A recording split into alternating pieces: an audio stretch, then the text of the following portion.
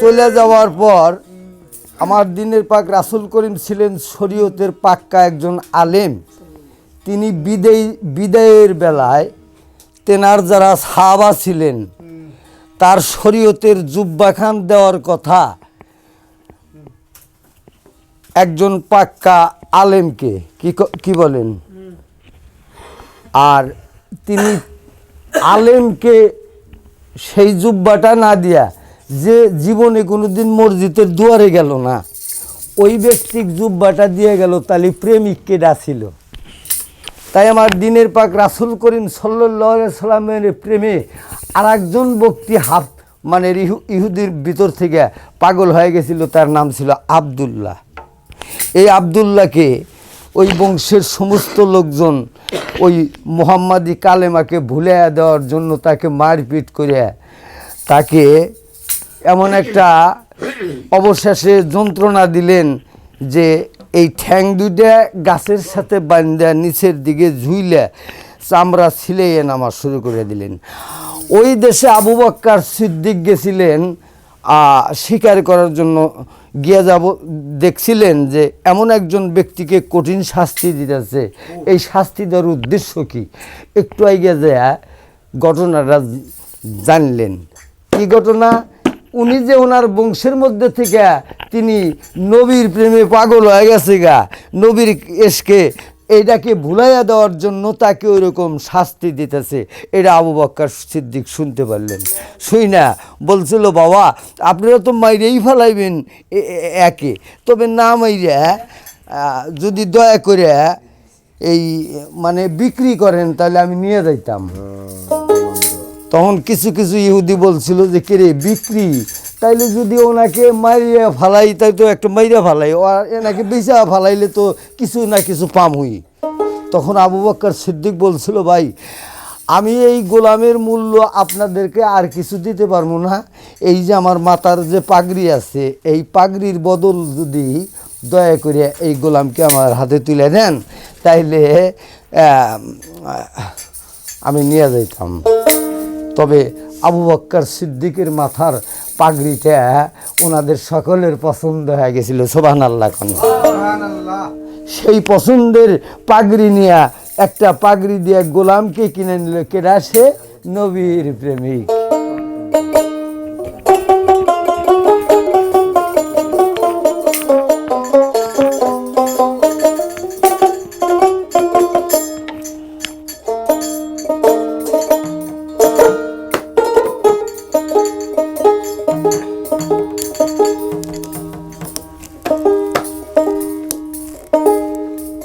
Camera চালু দিছে।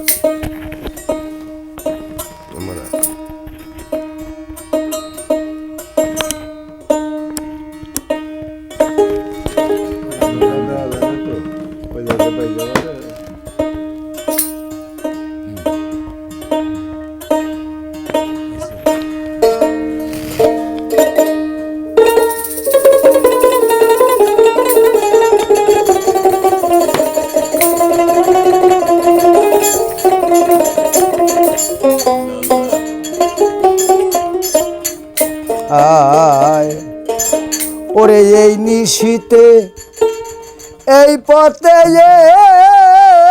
এই নিশীতে ও গো বাজান এই পথে করবে বন্ধু আগমন আগমন, আকাশ তুমি সাজো মন মতন, ও গো আকাশ তুমি সাজো মন মতন।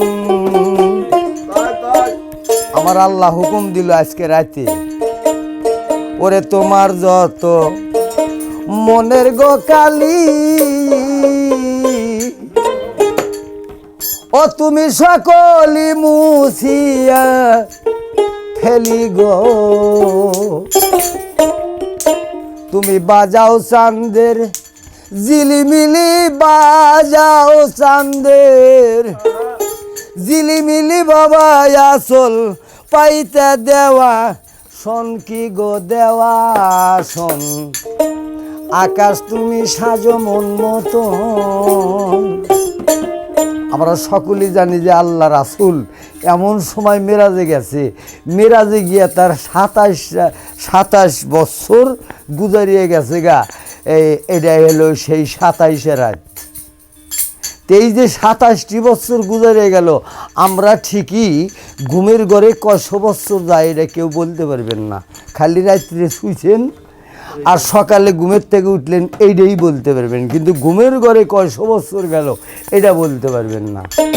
তাই আমার দয়াল নবীকে যেদিন আল্লাহ পাক ডাক দিছে, সেই দিন অন্ধকার রাত্রে ডাক দিয়া পৃথিবীর সমস্ত কিছুকে ঘুম আনাইয়া তারপরে আল্লাহ যদি এইরকম আরও ত্যাগুন বাতি, ত্যাগুন ডবল সূর্য তাপ দেয়, মানুষই তারাই দুইজন, কেউ কি দেখবো? তাই আমার আল্লাহ রব্বুল আলামিন কি করলেন, সমস্ত পৃথিবীর সমস্তকে ঘুমানাইয়া যে কয়জন ব্যক্তি আল্লাহ রাসূলের খিদমতকারী, ঠিক ওই কয়জন ব্যক্তিকে সেট করে দিয়া এই আসমান আর জমিন সাজান শুরু করে দিলেন।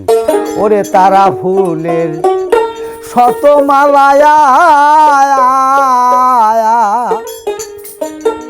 ওরে পরাইও আমার সোনা বন্ধুর গলায় গো, হায় হায় তারা ফুলের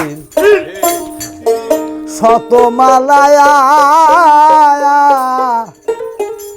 ওরে পরাইও সোনা বন্ধুর গলায় গো, ও গো আসে যদি রাসূলুল্লাহ, আসে যদি রাসূলুল্লাহ, বুঝিও তাহার চরণ, তাহার চরণ। আকাশ তুমি সাজো মন মতন, আকাশ তুমি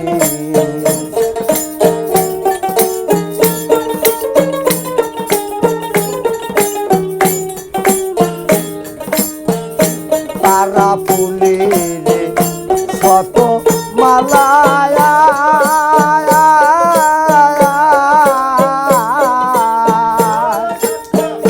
পরাও সোনায়া বন্ধুর গলায় গো, হায় হায় তারা ফুলের শত মালায়া,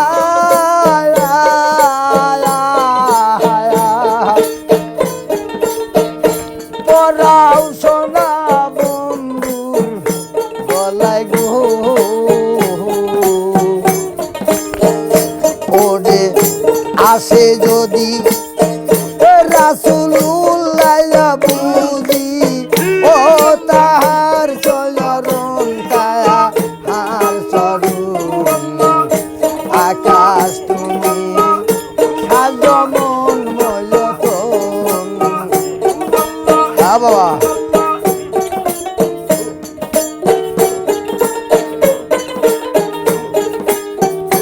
তাই তো তোমার অসীম ছায়া মায়া গদিয়া,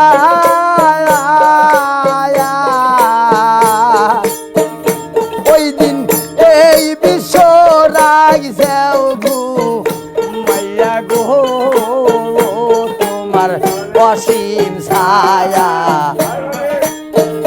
মায়া গদিয়া, তুমি এই বিষয় রাগছিলা গো মাইয়া গো। বাবা কেউ যদি থাকে জাগিয়া, বাবা কেউ যদি থাকে জাগিয়া, লই যা পাইব গুল বাদন, কি গুল বাদন।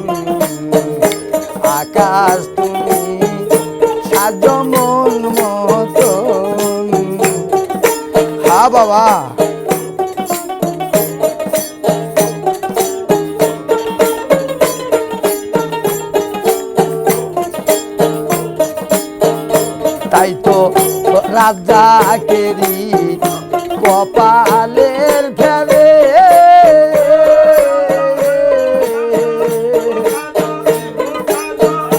বাবা কাছে মানুষ গেছে দূরে গো রাজাকেরি কপালের ফেরে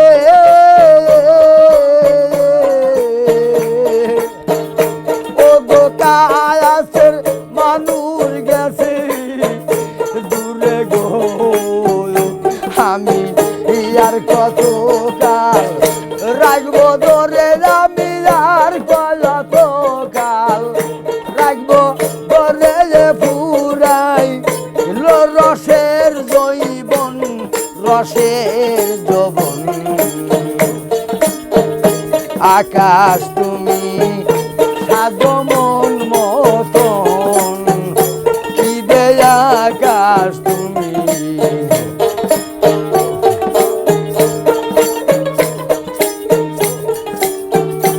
ওগো এই নিশি